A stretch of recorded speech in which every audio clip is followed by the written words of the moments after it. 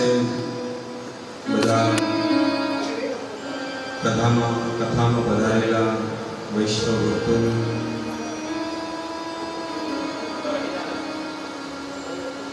સપ્તમ દિવસીય કથાના તૃતીય દિવસના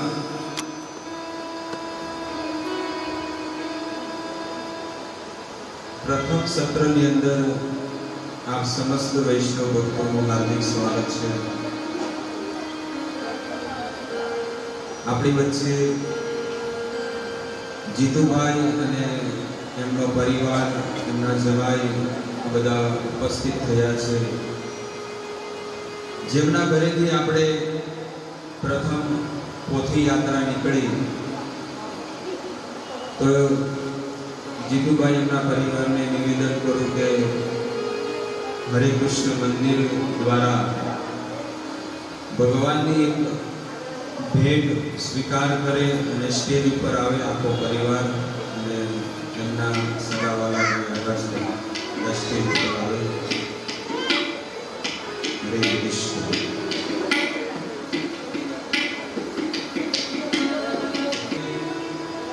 કૌરવ વંશની અંદર વિચિત્ર વીર્ય અને ચિત્રાંગત એ બંને રાજાઓનો જ્યારે સ્વર્ગની ગતિ પ્રાપ્ત થયા ત્યારે વેદવ્યાસ દ્વારા અંબિકા અને અંબાલિકા દ્વારા સંતાનની પ્રાપ્તિ થઈ। ધૃતરાષ્ટ્ર મહારાજે પાંડવોની પાસેથી રાજપાટ હટાવી દીધો।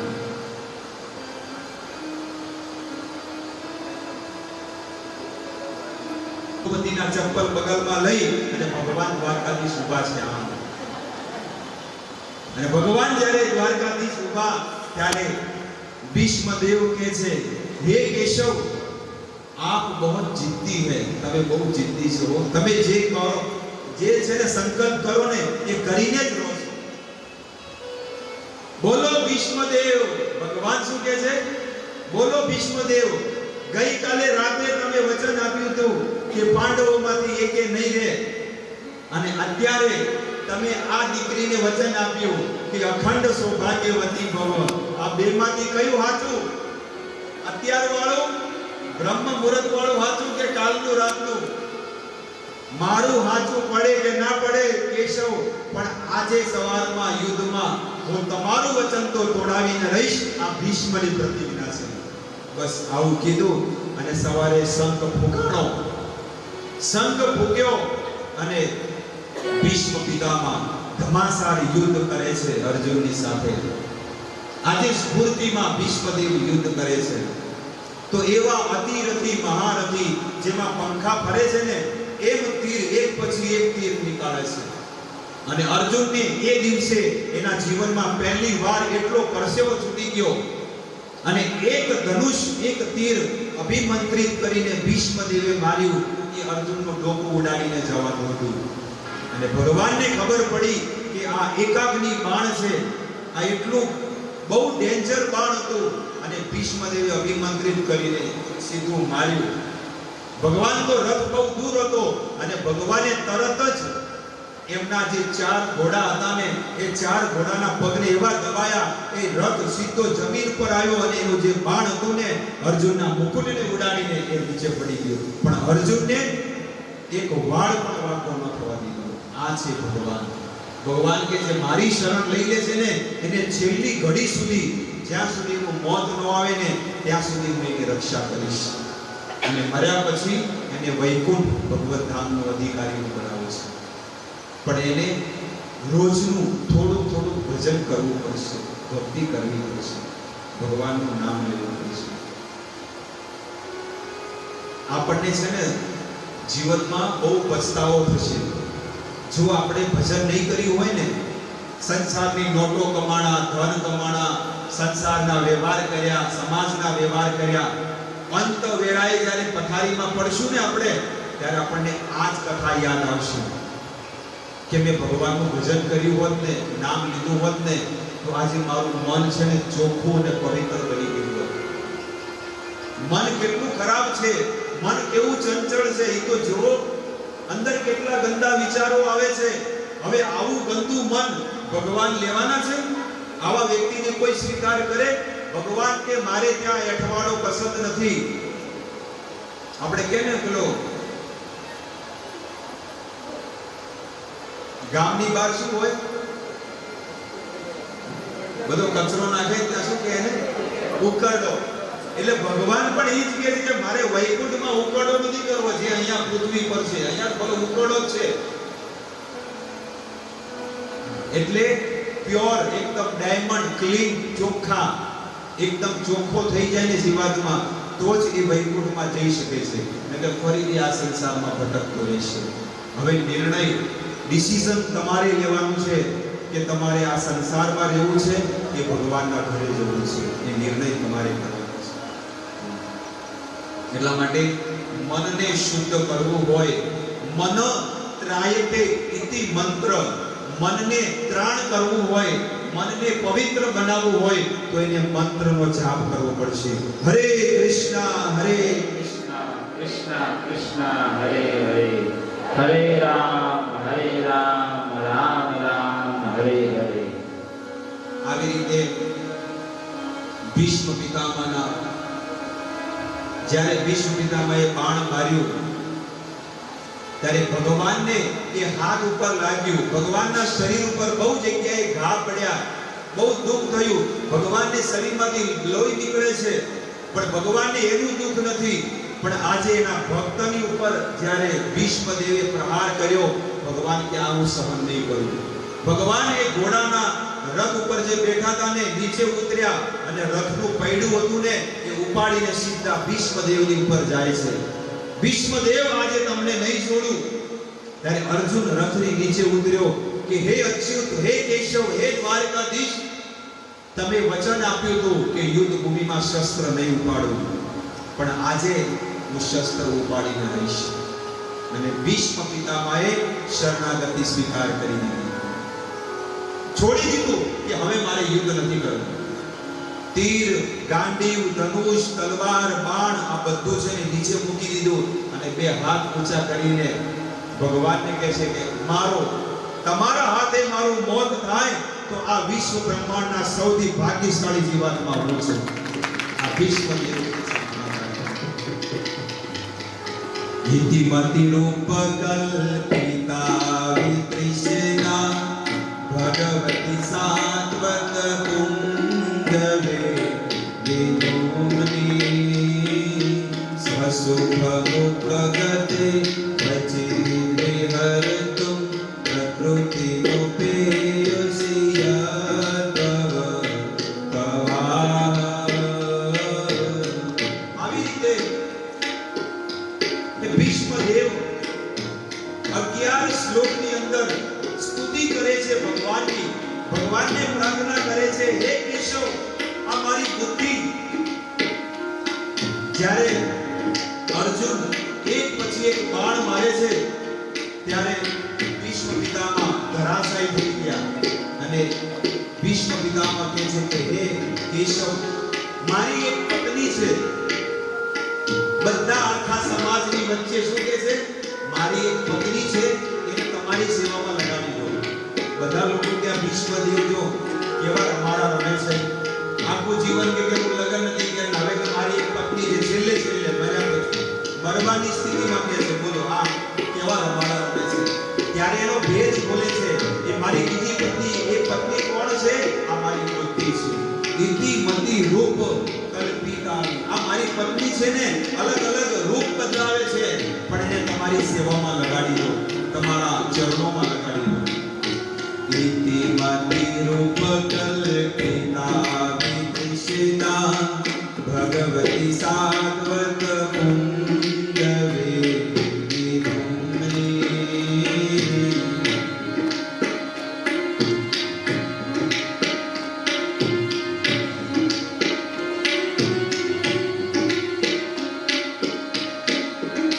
આવી રીતે ભીષ્મ પિતામહ પ્રાર્થના કરે છે કે તમે જ્યારે ગાયો ચરાવવા જતા હતા વનમાં અને સાંજે બધી ગાયો અને વાછરડા જ્યારે સાંજે 5 વાગે ઘરે આવતા ને એને ગોધોલી વેલા કહેવાય. કઈ કહેવાય? ગોધોલી વેલા. અને જ્યારે 9 લાખ ગાયો એક સાથે ગાયોનું ટોળું જતું હોય એ ધૂળ કેવી ઉડતી હોય, એટલી બધી ગાયો જાય એટલે. અને એ ધૂળની અંદર જ્યારે ભગવાન જાય તો એમના જે વાકડિયા વાળ જે છે ને એ વાકડિયા વાળ એમના રેશમી પરલી, કોઈ મશીન નથી મરાવતા ભગવાન. આપણે તો મશીન મરાવવું પડે 15 દાડા થાય એટલે. પણ ભગવાનના ઓરિજિનલ એમાં રેશમી કાળા વાળ. અને આપણે તો અઠવાડિયું થાય એટલે કલર મારવો પડે. પણ એ ભગવાનને એવું નથી. ભગવાનના એટલા રેશમી વાળ અને એવા કાળા ઘુંઘરાળા વાળ અને એની ઉપર આ માટી નાખે ને, ભગવાન તમે એવા કેટલા રૂપાળા લાગો છો. સ્વસુખમુપગતે ભજીતે હરતુમ પ્રકૃતિમપેયુષિયદ્ભવ પ્રહારા.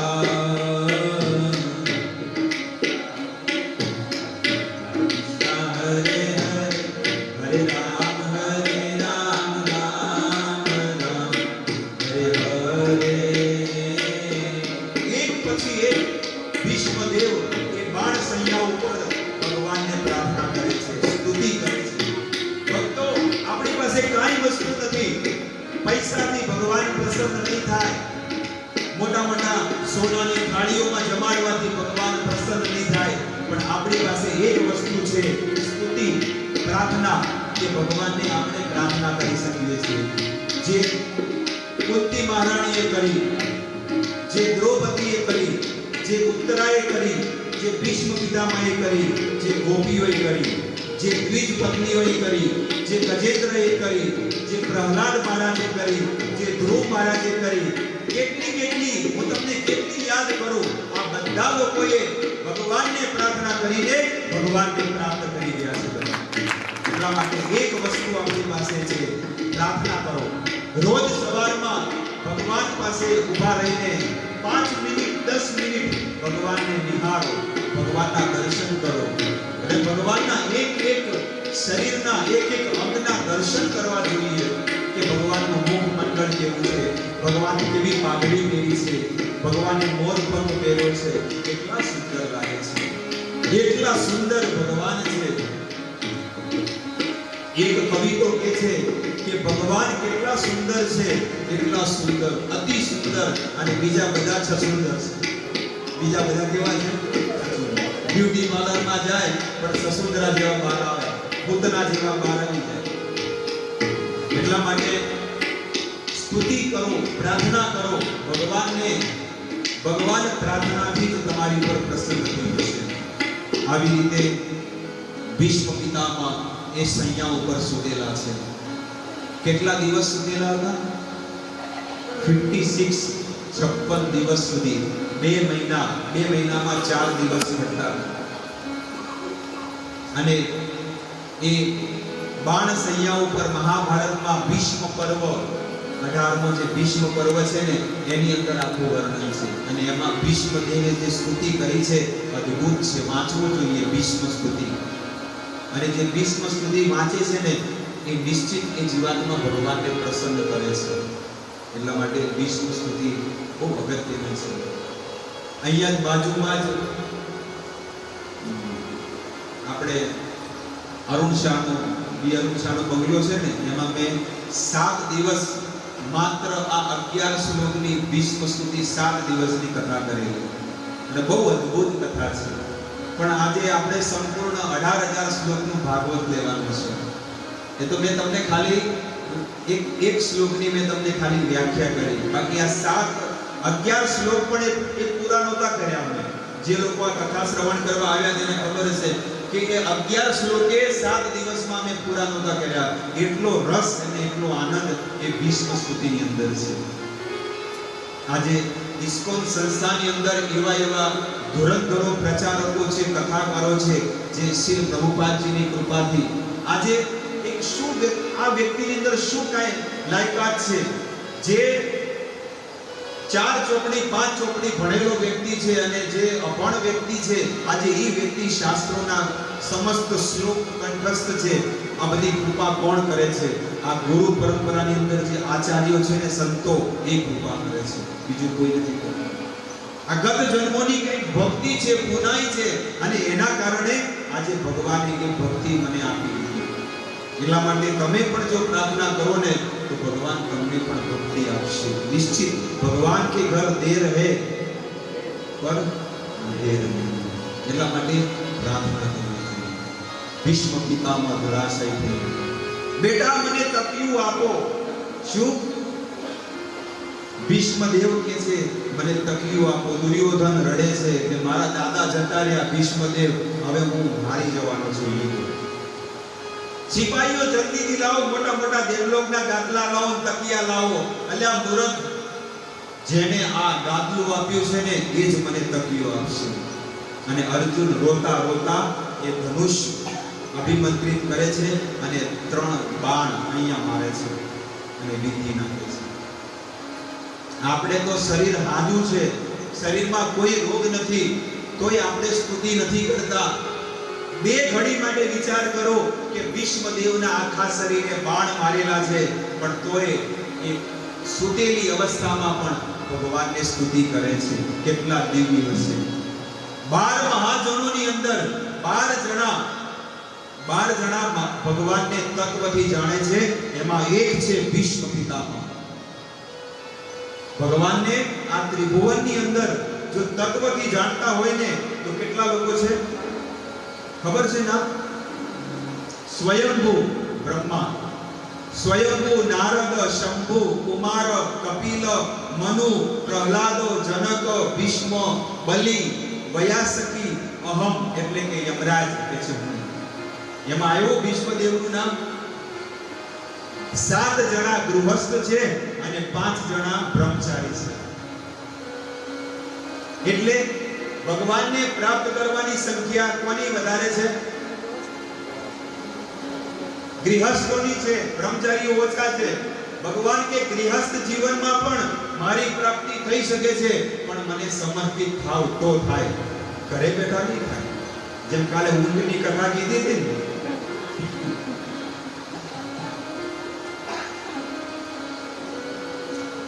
તો આ ભીષ્મદેવ તો ધરાશાય થઈ ગયા. હવે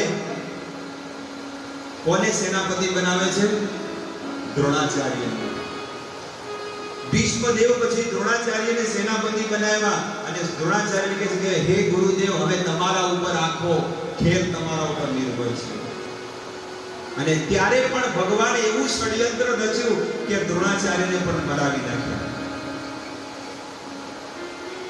આ બધી ઘટનાઓ છે. જ્યારે ભીષ્મદેવ હાથ ઊંચા કરી નાખ્યા, એની સામે કોણ ઊભું હતું ખબર છે? એ અંબા. ગઈકાલે મેં તમને કથા કીધી હતી ને, એ અંબા એ જ જીવનમાં બીજું શરીર એને શિખંડીનું મળ્યું હતું. અને શિખંડી એટલે કે કિન્નર, છક્કાના રૂપમાં, કે જે સ્ત્રી પણ નથી અને પુરુષ પણ નથી. સ્ત્રી ને પુરુષ ન હોય ને એ મારી સામે ઊભું રહે ને તો મારી બધી શક્તિ ક્ષીણ થઈ જશે. આવી રીતે ભીષ્મ પિતામહ તો ધરાશય થઈ ગયા અને દ્રોણાચાર્ય પાસે પણ ગયા હતા આશીર્વાદ લેવા માટે.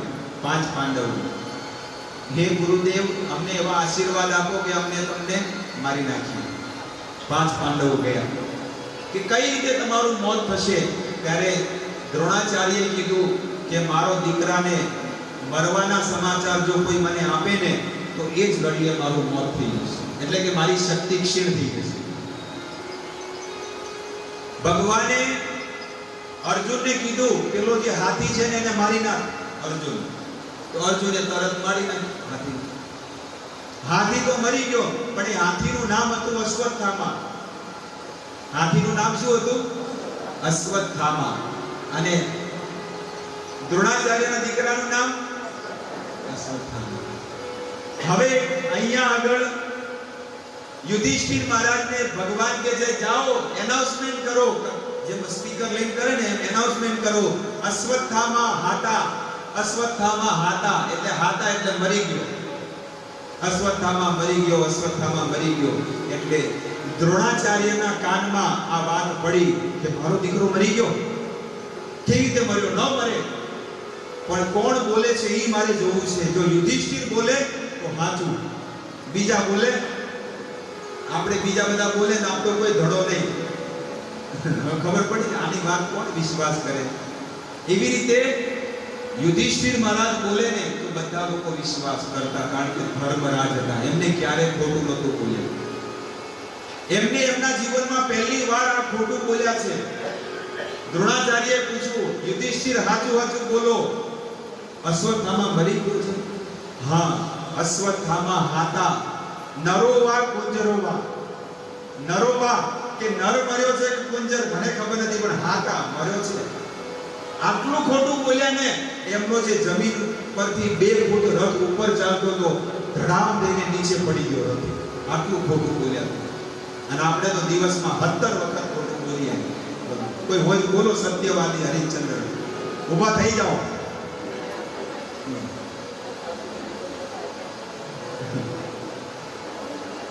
એ આટલું એના જીવનમાં, યુધિષ્ઠિરમાં આખા જીવનમાં ખાલી એક જ વખત આટલું ખોટું બોલ્યા હતા. અને આપણી તો કોઈ લિમિટ જ નથી. જેમ કુંભકર્ણને ખાવાની કોઈ લિમિટ નહીં, એમ આપણે જૂઠું બોલવાની કોઈ લિમિટ નથી. આ સ્થિતિ છે. અને દ્રોણાચાર્યને બધી શક્તિ, અસ્ત્ર શસ્ત્ર નીચે મૂકી દીધા અને એમની શક્તિ ક્ષીણ થઈ ગઈ. અહીંયા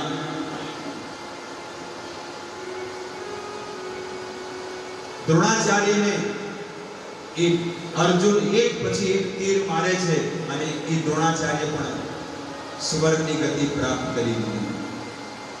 આગળ એના પછી કર્ણને સેનાપતિ બનાવ્યો. યુધિષ્ઠિર દુર્યોધને કર્ણને સેનાપતિ બનાવ્યો અને કર્ણ સેનાપતિ બન્યા. અને એ દિવસે કર્ણને કીધું કે કર્ણ, તારી પાસે 5 બાણ છે ને, એ 5 બાણ સાચવીને રાખજે. આવતીકાલે આ 5 બાણ છે ને પાંડવોને બીધી નાખજે. અને અર્જુને રાખ્યા હતા. અર્જુને 5 બાણ રાખ્યા હતા. અને ભગવાનને ખબર પડી કે મારા ભક્તોની ઉપર બહુ દુઃખ અને દુવિધા આવી ગઈ છે. દ્રૌપદી અને કુંતી મહારાણીને બોલાવ્યા પોતાના શિબિરમાં. અને કુંતી મહારાણીને કહે છે કે હે બુઆ, તમારો ભેદ આજે ખોલી નાખો. કયો ભેદ? કર્ણને જઈને કહી દો કે કર્ણ તું મારો દીકરો છે. બસ આટલું કહ્યું. અને એ કહે ને કે માં માંગો, તમારે શું જોવે છે? શું માંગવાનું છે? જો છે કે નહીં, ડગલે ને પગલે ભગવાન આવ્યા છે એ પાંડવોની રક્ષા કરવા માટે. પણ એ ભગવાનની શરણ લે એની રક્ષા કરે, ન લે તમે તમારા દીકરાની રક્ષા કરો, બાજુવાળા દીકરાની ન કરો. પણ જો એ દીકરો તમારો થઈને આવે ને તો તમે એની રક્ષા કરશો, નિશ્ચિત કરશો. લે બેટા બહુ ખા. આપણે જોડે નથી ઘી ને ગોળ ને બધું નાખીને ખવડાવીએ, પણ દીકરો કે ના માં ન ખાવ, તને જો ચોકલેટ આપીશ, તું આટલું ખાઈશ ને તને ચોકલેટ આપીશ. કેમ બાજુવાળા નથી ખવડાવતા? ખવડાવે કોઈ બાજુવાળા છે? એટલે મારો છોકરો ખાતો નહીં, તમારા છોકરાને ખવડાવવા આવીશું. અરે બાજુવાળા છોકરો આવીને બેઠો હોય, ભજીયા તળાતા હોય, ચાચા તારી માં બોલાવે. બોલો, ભજીયા ને દાબેલી ને વડાપાવ બનતા હોય ને, પેલો છોકરો બિચારો આમ સુગંધ આવે તો જાય જ નહીં, સોફા પરથી ઊભો જ ન થાય આનો દીકરો. કારણ કે એને બટાકા વડા ખાવા હોય એટલે પેલી માં શું કે ખબર છે, ચાલ તાર માં બોલાવે. ઇન્ટરકોમ આવ્યો હમણાં કે મારો છોકરો જાય તો તમારા ઘરે આવ્યો છે કે થાય? કેમ? કારણ કે ઓલો પારકો છે ને આ આપણો છે. એવી રીતે ભગવાન પણ એ જ જોવે છે કે આ સંસારમાં બધા જીવોને મેં પ્રગટ કર્યા છે અને બધા મારા દીકરા છે, પણ એ દીકરાઓ મને માનતા નથી, મારાથી ઈર્ષા કરે છે, દ્વેષ કરે છે. એટલે એ લોકોને સીધા કરવા માટે હું એને દુઃખ આપું છું. દુઃખ પડે તો ભગવાનની શરણમાં જાય ને, સમજણ પડી? દુઃખ પડે તો ભગવાનની શરણમાં જાય અને સુખ આવે તો ભગવાનથી દૂર જાય. તો ભગવાનની પાસે શું માંગવાનું છે? દુઃખ આપો. કે ભગવાન મને દુઃખ આપો. દુઃખ પડે તો તમારી ભક્તિ કરીશ અને સુખ પડશે તો દૂર ભાગી જઈશ. એટલે તો કુંતી મહારાણી આ સંસારની પહેલી નારી છે કે જે ભગવાનની આગળ દુઃખ માંગે છે. આપણી આગળ કદાચ અહીંયા આકાશમાં વિમાનમાંથી લેન્ડિંગ કર્યું હોય ભગવાને વૈકુંઠમાં, ત્યાં દિલ્હી ગેટ પર જ્યાં વિવેકાનંદનું પુતળું છે ત્યાં ભગવાન ઊભા રહી ગયા હોય, બોલો માંગો. વિજેશ્વર કોલોની વાળા, દિલ્હી ગેટ વાળા, પાલનપુર વાળા, જ્યાંથી આયા હોય, સર્જન વાળા, જ્યાંથી આયા હોય બધા લોકો માંગો, તમારે શું જોવે છે? અરે એક ઇનોવા આપી દો, મારા છોકરાને હગાઈ નથી થતી, એને કંઈક સારી ડિગ્રી પ્રાપ્ત થઈ જાય. બધા લોકો લાંબુ ચિઠ્ઠો લઈને આયા હોય. ખબર પડે કે આવતીકાલે દ્વારકાધીશ પ્રગટ થવાના છે, તો બધા લોકો આખી રાત ઊંઘે નહીં, પણ બધું માંગી જ લે કે છેલ્લી ઘડી સુધી કાંઈ ખૂટે નહીં, બધું લખી જ લે, કમ્પ્લીટ. અને એક નહીં બે બહુ માંગજે, એક જતી રહે તો બીજી તો રહે, બે માંગજે.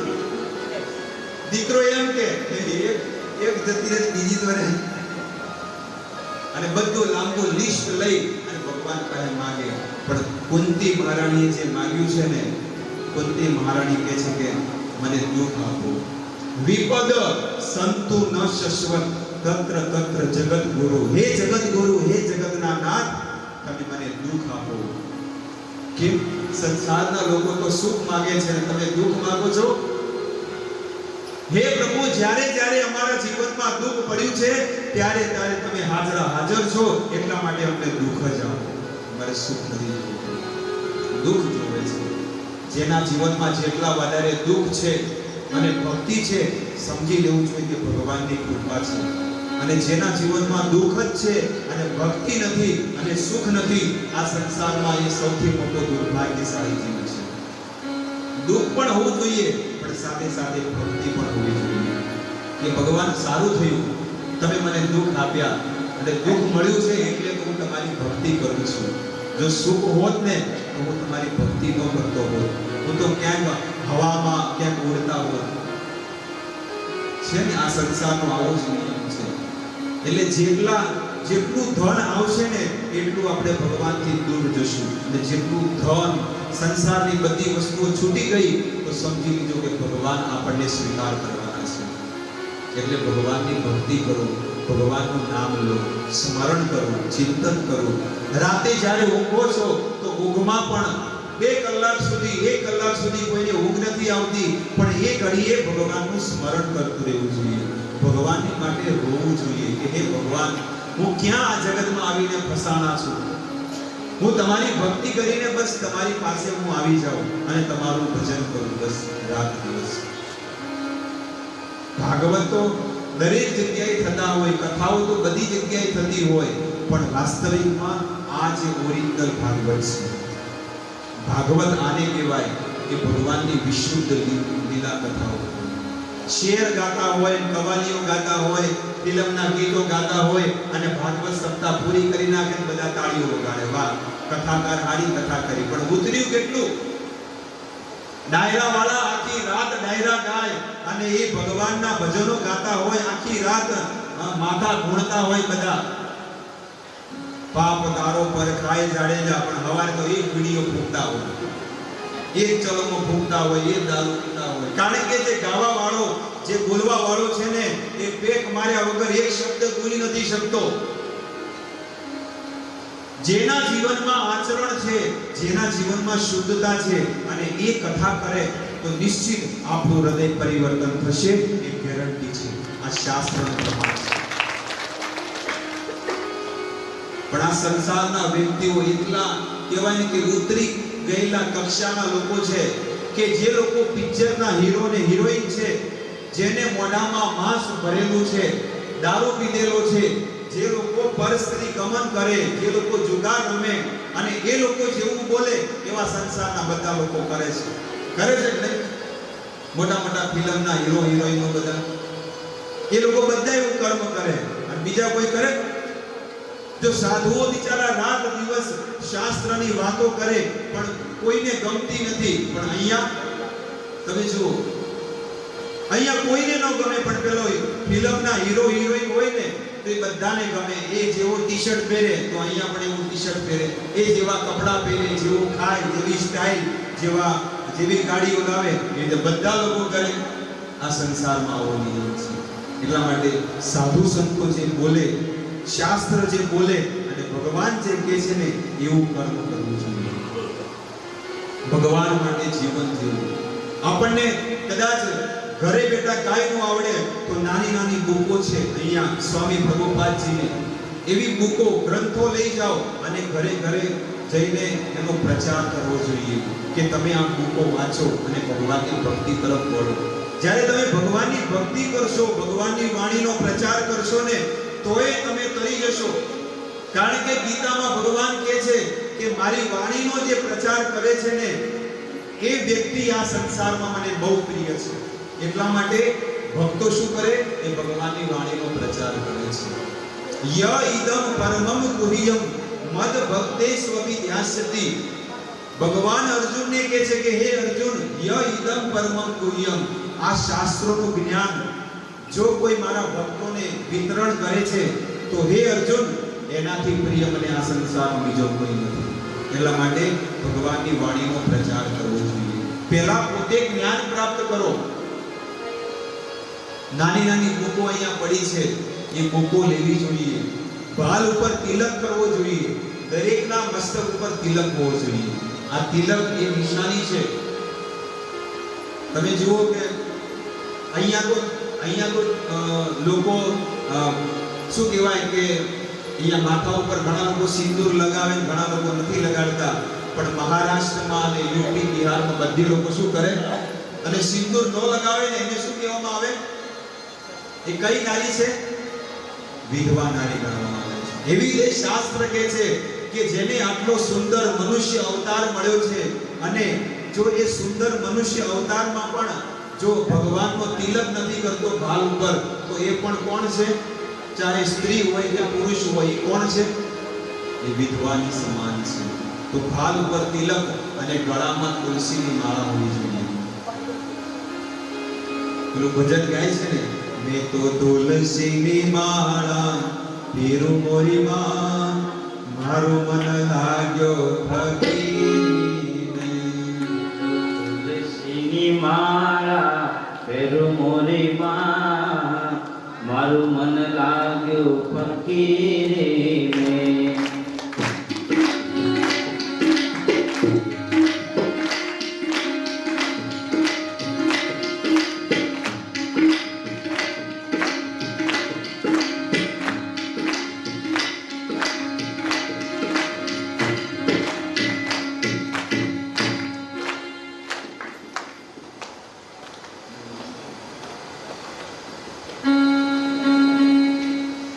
તો આવી રીતે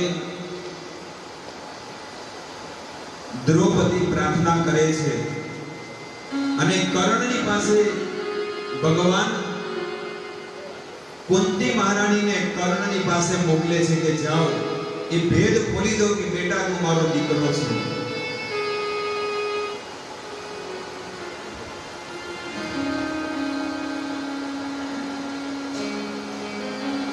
કે બેટા તું મારો દીકરો છે, બસ આટલું કહેજો. અને જ્યારે એ કહે કે માંગો, ત્યારે એ કહેવાનું કે 5 બાણ મને આપી દો. આવી રીતે કુંતી મહારાણી કર્ણની પાસે જાય છે અને રાતના એ શિબિરમાં કર્ણને કહે છે કે હે બેટા તું મારો દીકરો છે અને હું તમારી માં છું. કર્ણના આંખમાં પહેલીવાર આંસુ આવી ગયા અને એ દીકરો આજે માને પગે પડે છે કે હે માં, મને ખબર નહોતી કે તમે મારી માતા છો, નહીં તો હું તમારી સેવા કરત. પણ માતા કહે છે કે આજે તો મેં તને કીધું ને, બોલો માં તમારે શું જોવે છે? ત્યારે કીધું કે જે 5 પાંડવો માટે જે તે બાણ રાખ્યા છે ને એ બાણ મને આપી દે. તરત જ 2 હાથે આપી દીધા એ બાણ. આવી રીતે કુંતી મહારાણીએ એ 5 બાણ લઈ લીધા. પણ હજી એક અગ્નિ બાણ હતું જે અર્જુન માટે રાખ્યું હતું. હવે શું કરે? ભગવાન કહે છે કે કેટલી મહેનત કરું, કેટલી બુદ્ધિ દોડાવું. ત્યારે ભગવાને જોયું અર્જુન એ દિવસે મરવાનો જ હતો અને દુર્યોધને કીધું કે એકાગ્નિ બાણ છે ને એ અર્જુન માટે સ્પેશિયલ રાખજે. ત્યારે એકાગ્નિ બાણ કર્ણએ અર્જુન માટે રાખ્યું હતું. ત્યારે ભગવાને ઘટોત્કચ રાક્ષસ હતો, ભીમનો દીકરો ઘટોત્કચ, એને બહુ દારૂ ને માંસ ને મદિરા પીવડાયો અને નશામાં ઝૂમતો કરી નાખ્યો અને કીધું જા પેલા કૌરવોની સેનાને મારી નાખ. અને રાતના ઘટોત્કચ છે ને બધી સેનાઓને મારી નાખ્યા માંડ્યો. ત્યારે દુર્યોધન ઉઠ્યો કે આ શું થયું રાતના? એ કે ઘટોત્કચ બધી સેનાને મારવા જાય છે. કર્ણને કહે છે કર્ણ પેલું એક અગ્નિ બાણ માર. ઈ કે અર્જુન માટે છે કે અર્જુન તો કાલે મરે કે ના મરે પહેલા આને માર. સેના હોય તો યુદ્ધ કરીશું ને. ત્યારે એ કર્ણએ એક અભિમંત્રિત બાણ છે ને એ ઘટોત્કચને મારી નાખ્યું અને ઘટોત્કચ યુદ્ધ ભૂમિમાં ધરાશાયી થઈ ગયું. આ એક પછી એક કુંતી મહારાણી કહે છે કે ડગલે ને પગલે પાંડવોને એમ લાગ્યું કે આ યુદ્ધ અમે જીતી ગયા, પણ હકીકતમાં એ યુદ્ધ કોને જીતાડ્યું છે? ભગવાને જીતાડ્યું. સમુદ્ર મંથન દેવતાને અસુરોએ કર્યું, આ બધા લોકો કહે છે, પણ દેવતાને અસુરોએ નથી કર્યું. સમુદ્ર મંથન ભગવાને કર્યું છે. બધો સપોર્ટ ભગવાને કર્યો, પણ નિમિત્ત કોને બનાયા? કે સમુદ્ર મંથન કોણે કર્યું? ભગવાને કર્યું. બસ આજ સંસારમાં લોકો ભગવાનને છોડીને સંસારના જીવોને યશ આપે છે. અહીંયા અલગ અલગ દ્રૌપદીના જીવનની બધી ઘટનાઓ કે એમને જીવનમાં કેટલા કષ્ટ પડ્યા છે.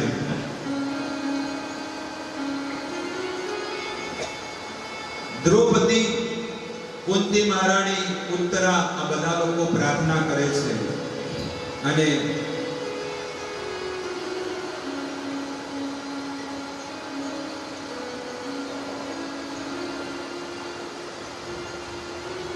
પરીક્ષિત મહારાજનો ઉત્તરાના ગર્ભેથી પરીક્ષિત મહારાજનો જન્મ થાય છે.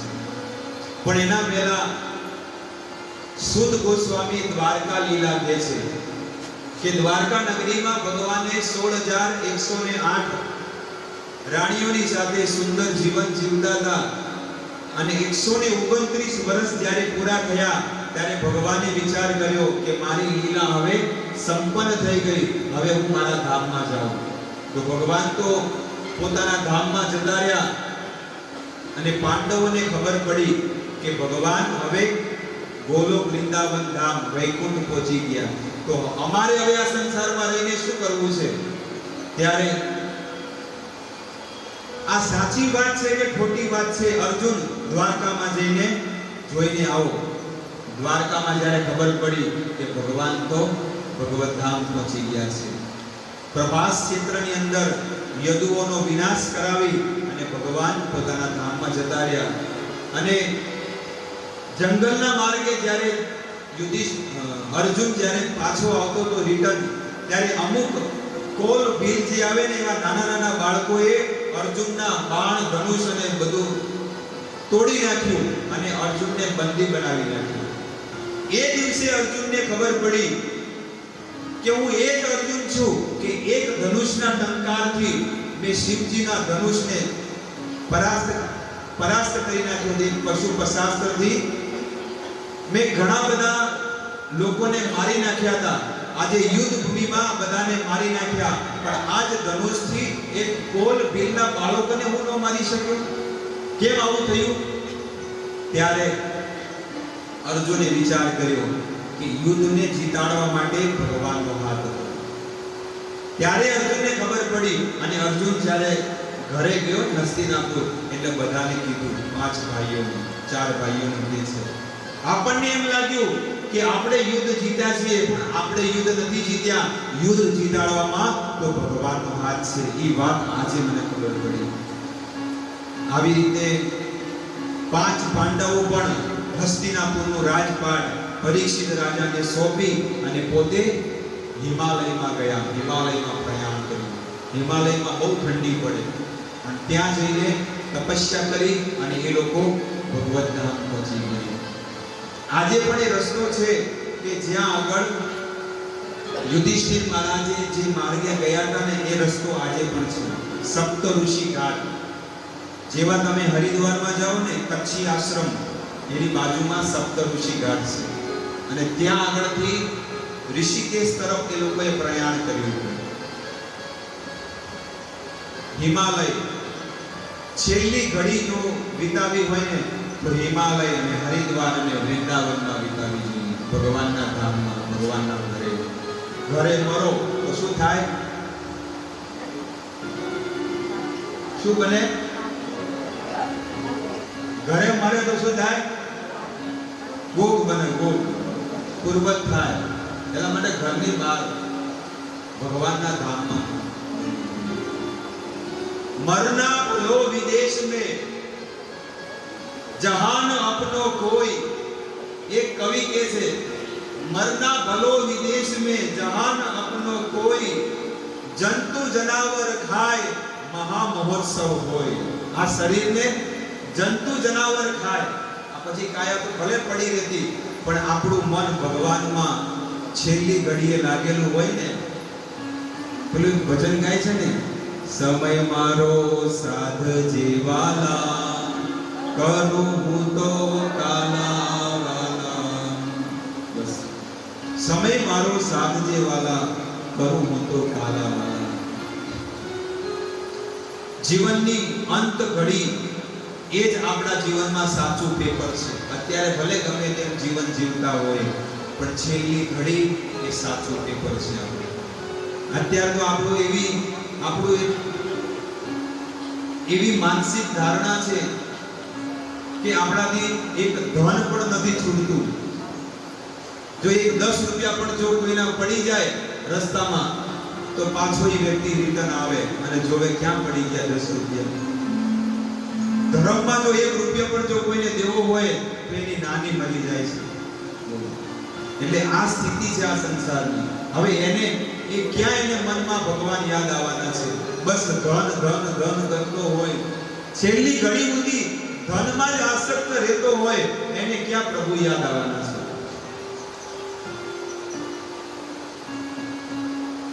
યુધિષ્ઠિર મહારાજને 5 પાંડવો એ બધાનું તર્પણ પરીક્ષિત મહારાજે કર્યું.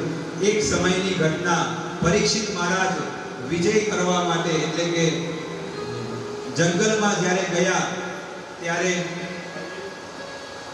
એમણે જોયું કે એક બળદ હતો, એ એક જ ગાય એક જ પગ પર ઊભો છે.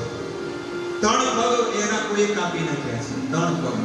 હવે જેના થડમાંથી 3 પગ કાપી નાખ્યા હોય ને એક જ પગ ઉપર ખાલી ઊભો હોય તો ત્યારે પરીક્ષિત મહારાજ કહે છે કે મારા રાજ્યમાં તમારી આવી દશા કોને કરી? ત્યારે બળદ કહે છે કે હું નથી જાણતો રાજા કે મને કોણે દુઃખ આપ્યું. આ સંસારમાં કોઈ એવું કહે છે કે દેવતાઓ દુઃખ આપે છે. આ સંસારમાં કોઈ લોકો કે મારા સગાવાલા મને દુઃખ આપે છે. આ સંસારમાં કોઈ કે મારા પિતૃઓ મને દુઃખ આપે છે. આ સંસારમાં કોઈ એમ કે મારા દુશ્મનો મને દુઃખ આપે છે. પણ હે રાજા, મને એ નથી ખબર પડતું કે મને કોણ દુઃખ આપ્યું અને મારા કોણે પગ કાપ્યા, મને ખબર નથી. તમને પડતી એવું નથી. ધર્મ, એ ધર્મરાજ હતા. એ કોણ હતો? એ બળદ કોણ હતો? ધર્મ હતો, સાક્ષાત ધર્મ હતો. ત્યારે પરીક્ષિત રાજાને ખબર પડી ગઈ કે આ સાધારણ બળદ નથી, આ સાક્ષાત ધર્મ છે. અને આજુબાજુમાં જોયું તો એક કળિયુગ હતો, કળિયુગ રાજા, કળિયુગ. અને કળિયુગને પરીક્ષિત રાજા કહે કે તે આની દશા કરી એટલે કળિયુગ સીધો ચરણોમાં પડી ગયો. તલવાર કાઢીને એટલે ચરણોમાં પડી ગયો. પરીક્ષિત મહારાજ કહે છે આ પૃથ્વી ખાલી કરીને જતો રહે. ત્યારે કળિયુગ કહે છે કે ભગવાને બધાને પોતપોતાની રીતે બધાને રહેવાના સ્થાન આપ્યા છે, તો મને પણ ભગવાને આ પૃથ્વી પર સ્થાન આપ્યું છે, તો મને પણ કોઈ જગ્યાએ સ્થાન આપો. ત્યારે પરીક્ષિત મહારાજ એને કળિયુગને આગમન આપ્યું. પરીક્ષિત રાજા ધારે ને તો ડાયરેક્ટ છે ને સતયુગમાં બધાને લાવી શકતા. કળિયુગ આવતો જ નહીં, એટલી શક્તિ એમનામાં હતી. પરીક્ષિત મહારાજ એટલી શક્તિ એમની અંદર હતી. ત્યારે પરીક્ષિત મહારાજને તો પછી શા માટે કળિયુગ આવવા દીધો?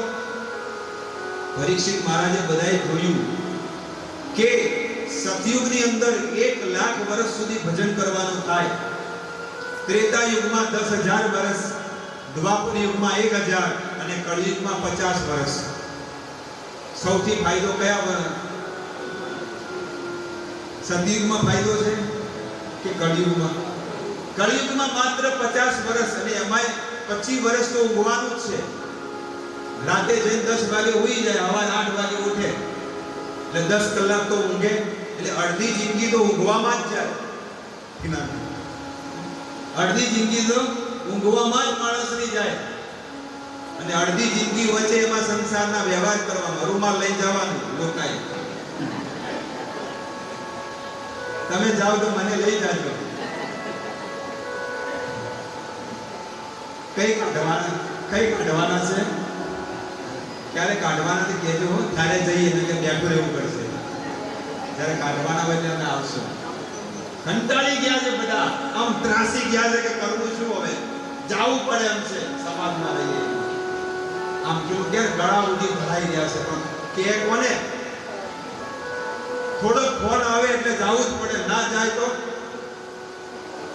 આ તો જો બોલાવતા નહીં. કેટલા વટવાળા થઈ ગયા, આવતાય નથી. અમે તો બહુ ઓછા છીએ.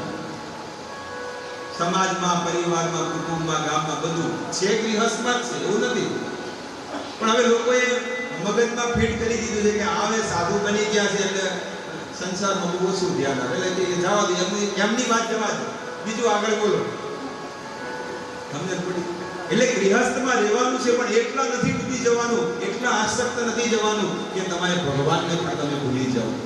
સંસારના વ્યવહાર પણ નિભાવવાના છે, એવું નથી. પણ આપણું જેટલું કર્તવ્ય છે એટલું કર્તવ્ય નિભાવો. જેટલા વધારે અંદર આપણે કહો ને, જેટલા અંદર ઉતરો એટલા ખૈડાઓ. દેશી ભાષામાં શું કે? તો ભગવાન કહે છે કે સંસારમાં રહો, ગૃહસ્થ જીવનમાં રહો, પણ સાથે સાથે ભગવાનનું ભજન કરો, ભક્તિ કરો. પરીક્ષિત મહારાજે કળિયુગને એટલા માટે સ્થાન આપ્યું કે કલે દોષો નિધે રાજન. કળિયુગમાં બધા હજારો પ્રકારના અવગુણ હોય, પણ એક સૌથી મોટો એક ગુણ હતો, અને એ ગુણના કારણે પરીક્ષિત મહારાજે કળિયુગને આગમન આપ્યું. કયો ગુણ હતો? એક 99 અવગુણ, પણ એક જ મોટો ગુણ હતો. કલે દોષો નિધે રાજન અસ્તિ હિ એક મહાન ગુણ કીર્તનાદ એવ કૃષ્ણસ્ય. બસ પોતાના મણકે માળા ઉપર જો કોઈ ભગવાનનું નામ લે છે, કીર્તનાદ એવ કૃષ્ણસ્ય મુક્ત સંગ પરમ વ્રજે, એ જીવાત્મા મુક્ત થઈ જાય અને ભગવાનના ધામમાં પહોંચી જાય. એટલા માટે પરીક્ષિત મહારાજે કળિયુગને આગમન આપ્યું કે આવો, વેલકમ, સ્વાગત છે. પણ ક્યાં રહું? રાજા બોલો, ક્યાં આગળ રહું? ધ્રુતમ પાનમ સ્ત્રી અચુન સુના. જે લોકો ચા પીવે